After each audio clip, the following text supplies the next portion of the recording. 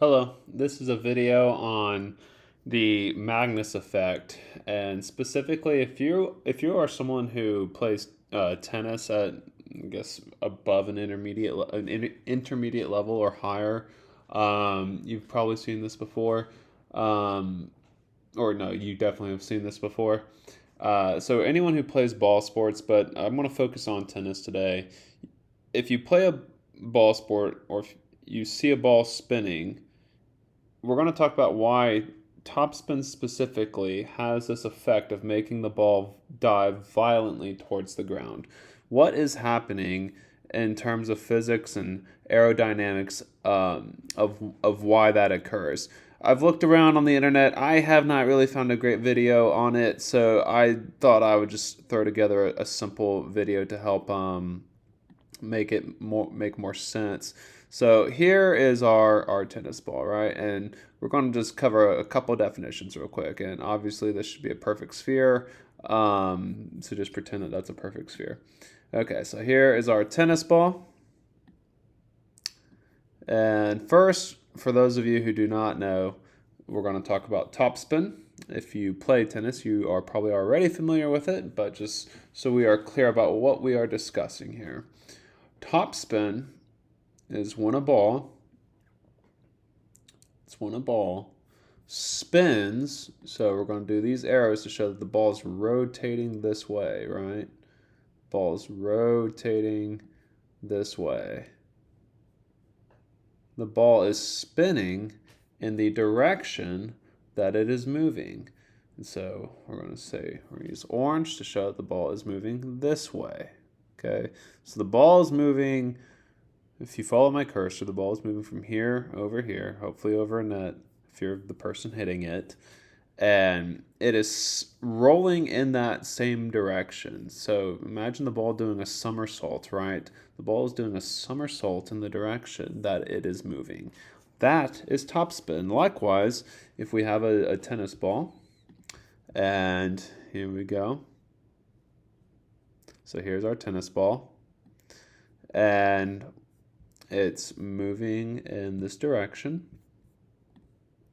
but the spin is reversed. We would call this backspin, okay?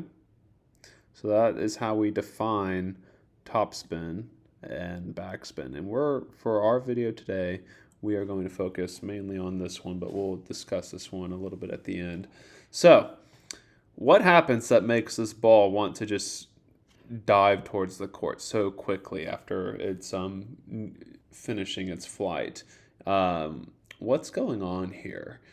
Well, to help describe it, to help it make sense, we're going to look at another principle first. We are going to look at something called the Bernoulli effect.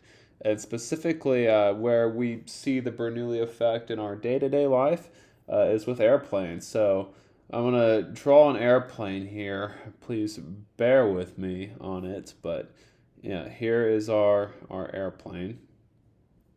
Okay. Boom, something like that. And then we have our wing. Let's see how I'm going to do this. Here's the wing.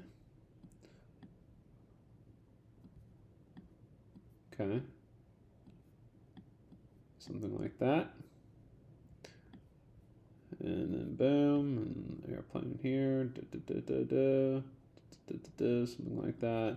And there's the wing on the other side, boom, and here is our airplane. So, yeah, if we're gonna have to stretch our imaginations, out of all my talents, I am not gonna claim to be anything like a modern day Picasso over here. So here is our airplane. And what happens with an airplane is this. If you've been on an airplane, what you know is, what you feel is that you are being shot forward by the engines, right? The exhaust coming out here, the heat. Maybe we could use an orange color to represent the heat. It's being shot out this way. And the airplane shoots forward. You're going 500 miles an hour. Well, when you're going 500 miles an hour, you are getting a lot of airflow over that wing. All of a sudden, now we've created airflow over the wing. And let's see, for airflow, how about we go with We'll go with this color. So air is going over the wing, and likewise, air is also coming under the wing, right? And basically, this wing, we're going to do a side view of how a wing is shaped. But basically, we have this wing here, like that. That's a side view of the wing. Just if you're looking dead on it, air is being passed over the top of the wing and underneath it, right? And it's moving this way. Okay, so these arrows are just representing the direction of the air. So we got air going over the wing and air going under the wing. Well, airplane wings are shaped in a way that the air going underneath it is being slowed down, and actually airplane wings have the ability to change their shape. Maybe you've seen on landing, the flaps come up on the top. That's done for a reason as well. But for this case, we're going to look at this particular setup here. Basically, what's happening with the airplane wing is that as air goes over the top, it moves very quickly. As air goes under the bottom, the wing is shaped in a way that it encounters more of the air.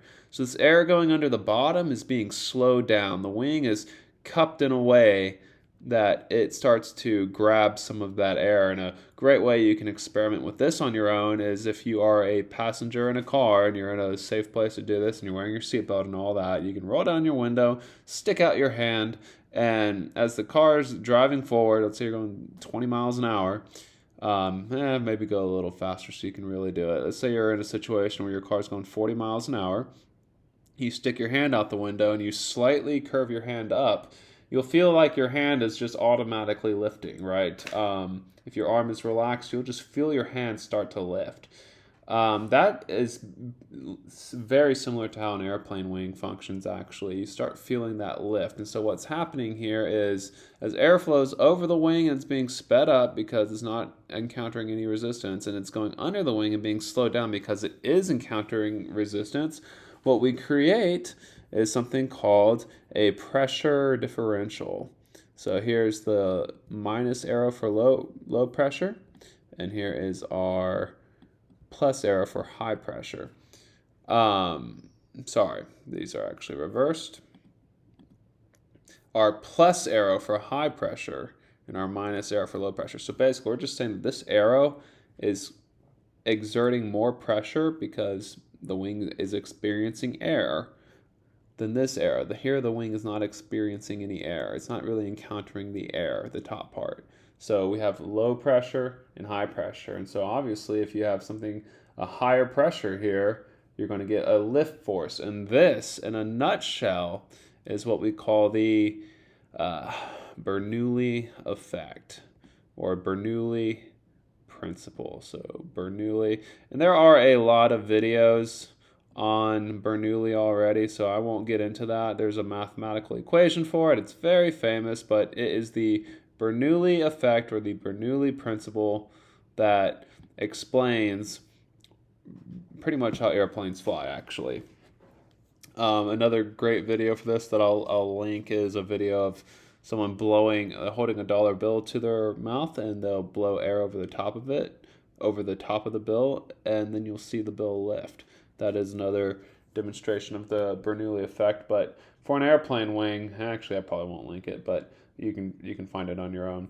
But that is all the Bernoulli effect, and this is the principle that airplane wings operate on. So now that we have an understanding of that, and if you don't, there are plenty of videos to find an understanding of that. Let's go back to our tennis situation. So let's go back. Let's see. Let's go back to our tennis situation. What we'll see with the tennis ball is that as the air is moving forward, we'll get our as the ball is moving forward and spinning with the top spin that we discussed earlier, well, one thing that it has in common with the airplane is that, we need to not do that,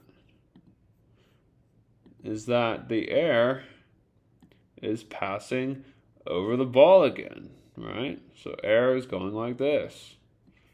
And these are our little air vectors here, is what we call it. We call them in engineering. but the air is passing over the ball and passing under the ball. Now, we can understand how that pressure differential is created for the Bernoulli effect. The bottom of the wing is shaped differently than the top of the wing. But a ball is the same shape. And again, this ball is poorly drawn, but a tennis ball is a perfect sphere, right? And yeah, it gets fluffed up a little bit, but it's very much just the same shape throughout. So how is it that this ball has, let's go a little thicker. How is it that this ball, even though it's the same shape all the way around, still experiences the same effect as an airplane wing? How is it that this pressure differential, this change in pressure, meaning this creation of high pressure on the top part of the ball and low pressure on the bottom part of the ball, how is that created? What is happening here? Well, as you can probably tell from my demonstration, or as from my sketch, even though it's a very rough sketch, look at how the top part of the ball is rolling forward, right? You can follow my cursor. The ball is moving forward. The surface of the ball here is moving this way, but the airflow is going in the opposite direction. Well, that creates a frictional force, and you can experience friction and very easily in your day-to-day life. You can put your hand flat on the table. I'm assuming you're sitting at a table, or you can put it against a wall. And if you press hard and then try to move your hand, you're experiencing friction from the wall. And the wall is probably providing a decent amount of friction, as opposed to if you were to put your hand on a sheet of ice and then move it, right?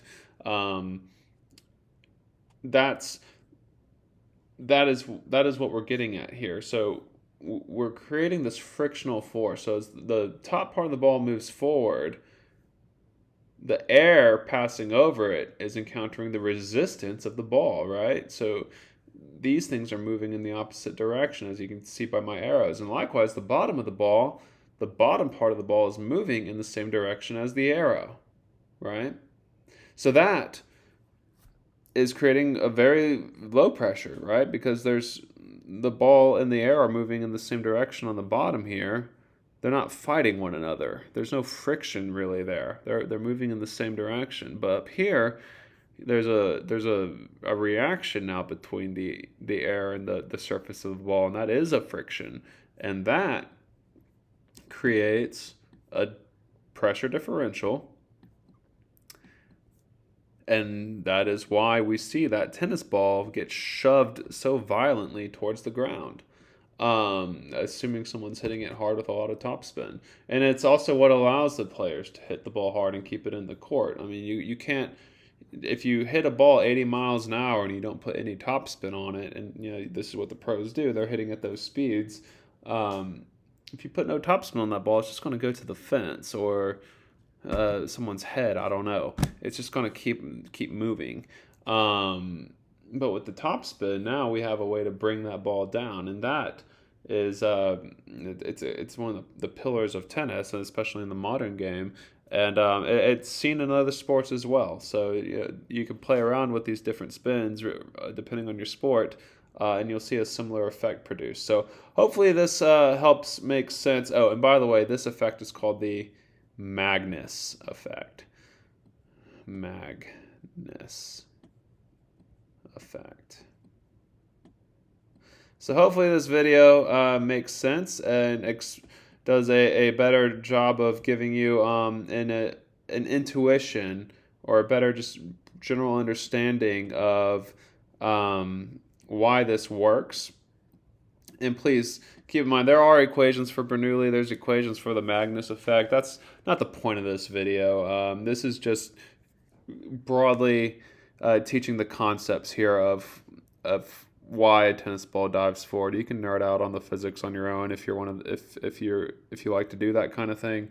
I got my undergraduate degrees in mechanical engineering, but doing a lot of the high level math that would be required to show for the Magnus effect. That's it's not really required to understand the principle here. So I'm leaving that for other videos, and you can look that up on your own. But hopefully this helps, and please, if you have any questions, put them in the comments and hit the like button so I can make some money. Have a great evening, everyone, and take care.